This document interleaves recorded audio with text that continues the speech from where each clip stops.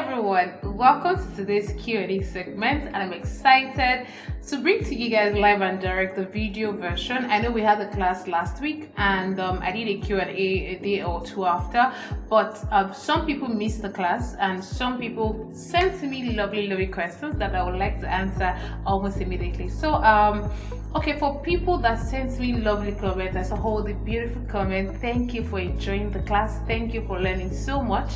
So let's get straight into the questions so that I can give you guys the answers to these problems. Okay, so let's start with Pamela's question. So Pamela says, what if you're consistent with your brand but still not getting enough patronage? What should she do? So I like sharing my answers as stories because I feel like stories drives in the answers and helps you to have a clarity, and of course it retains whatever answers that I'm given. So let's get the answer straight up. So imagine a farmer who plants seeds and water them daily. Even with care and consistency, some crops might take longer to sprout. Similarly, building a brand takes time, but if the results are slow, you might need to tweak your approach a bit, right? You might need to check what you're doing that is not working and kind of relook into it and re-strategize. So I'm thinking of you could have the influencers come on board if you have the capacity, right? You could also look at different platforms, right? You could collaborate with influencers. It's just not about working hard, it's about working smart. So what are you not, you need to check what are you doing that you're not doing correctly, and there's something that I have done that always works. So yes, just like I said, that it takes time sometimes for things to change and for some products or from crops to come out, but when they eventually come out, they come out big.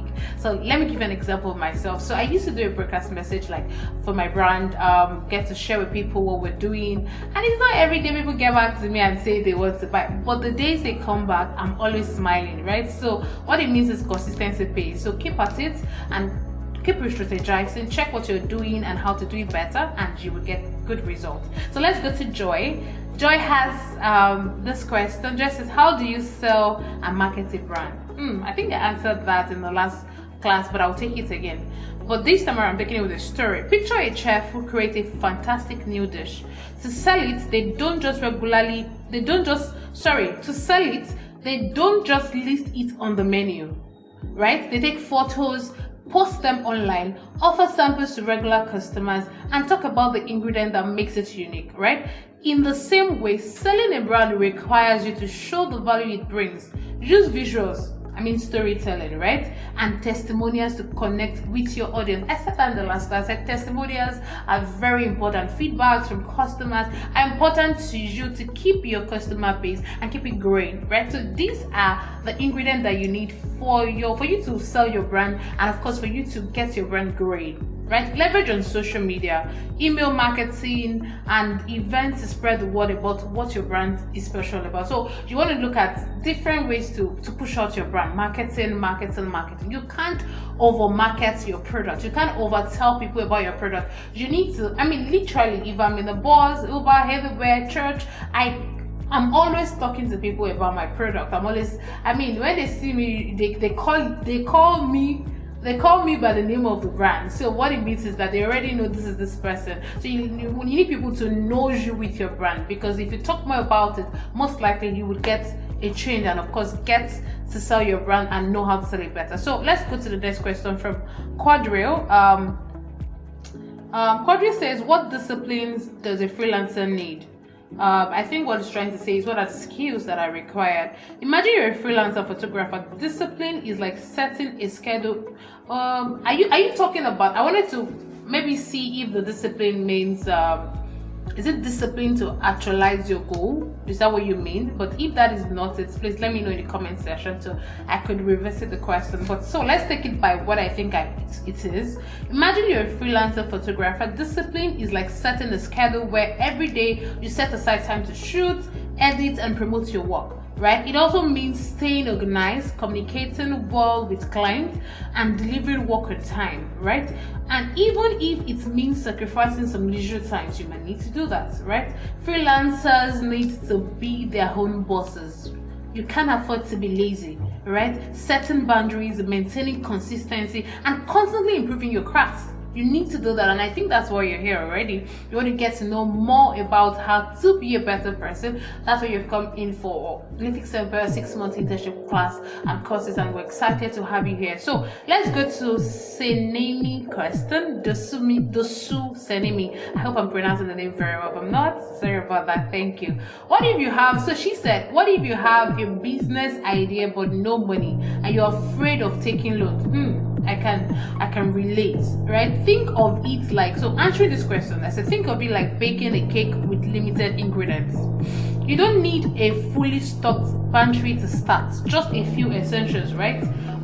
If you have a great business idea but lack money, start small. That's my advice. I'm not big on going for loans, because what if anything happens and the business crashes or something happens? So what would you do? You would now be in debt and things would go really bad for you. So use what you have to explore partnership and better service, right? The next question, Azanat says, can you elaborate on storytelling and marketing? Okay, imagine you're telling a friend about a great new restaurant. Instead of just saying it's good, you share a story about how the chef came to your table, the food's unique presentation, and how you felt after eating there, right? That is storytelling in marketing, right? Storytelling in marketing is the same. It's about sharing the journey, the passion behind your brand, and how your product makes customers feel. It makes your brand more relatable and memorable. So this is how you elaborate storytelling in marketing. So let's go to Mary's question. Mary said, what should you do if competitors start overpowering you? Okay, so my answer to you is, imagine baking a cake and sharing your recipe, only for someone else to add a twist and sell it better, right? It can be frustrating, but the solution is to keep innovating and improving your offering. Stay ahead by constantly refining your brand, engaging with your customer, and finding new ways to stand out, because that's the most important thing, right? Remember, the original baker always has more creative ideas up their sleeves. Do you know this kind of thing is also similar to if someone's stealing your ideas? Instead of beating yourself up like this person is stealing your ideas, why not just get better, innovate more, and of course you'll be on the top, or you'll be at the top. How do you cope? Another question from Ezekiel Gray says, how do you cope with competitors and build confidence in yourself? I will take the answers like this. It's like running a race where others seems faster, but you focus on your own pace, right? When it feels like competitors are ahead, stay focused on what makes your business unique. You're a brand, you stand out, you're unique, and not bringing the spice, we're not dating that. I mean, what makes you stand out? Nothing. So building confidence comes from believing in your product or service. You need to believe your product for yourself, right? Remember yourself of past success and learn from mistakes without fear of failure, right? So let's go to Mary's question. No, I've taken that already. So let's go to Folorosha Deborah. How do you handle customers who keep negotiating your price down? It's like selling handmade jewelry at the market where customers keep asking for discounts. To avoid constant price negotiation, clearly communicate the value of your product upfront, right? I mean, clear communication just makes things easy for you. Offer tied pricing packages that can accommodate different budgets, right? But stay firm on the quality and what you're offering. It's very important. A lot of people will come to you with, discount for us now, but you know what you're offering. You know the worth of the product, and you know how good it is.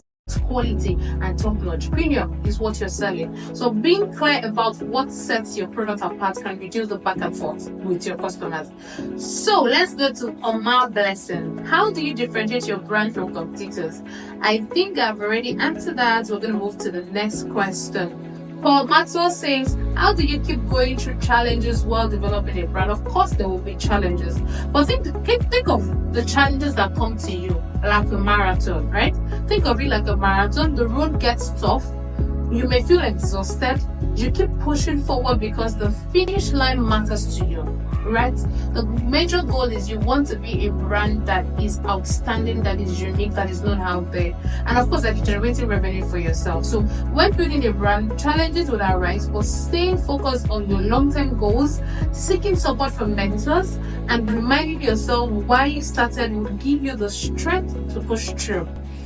So Having answered a few of your questions, let's just go to summarize briefly what managing your brand means. I said managing brand, whether it's a business or your personal identity, is like telling a story.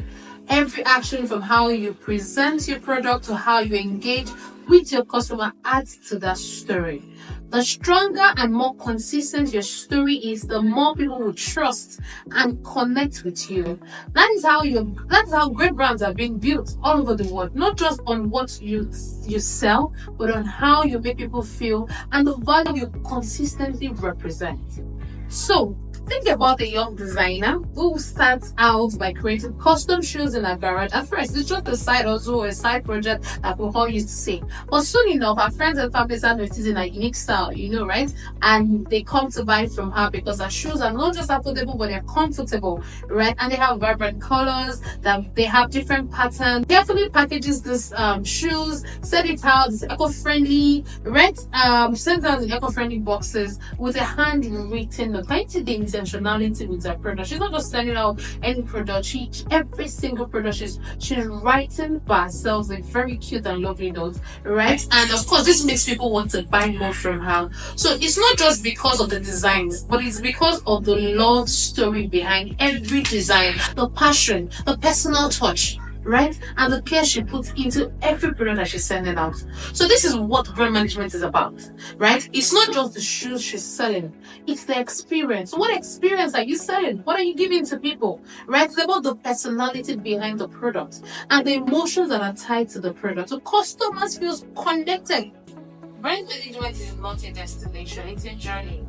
And every step you take is an opportunity to create something meaningful and unforgettable. So go out there and build a brand that's not only stand out, but one that truly matters to people, because that is the most important thing. I think the most powerful brands are the ones that people don't just buy, but they believe in. So you want people to believe in your brand. Thank you so much, everyone, for watching this Q&A segment. Thank you for all your beautiful questions and your comments. Guys, we are finally starting the specialized classes this week, and I want you guys to get every intern, your friends to join.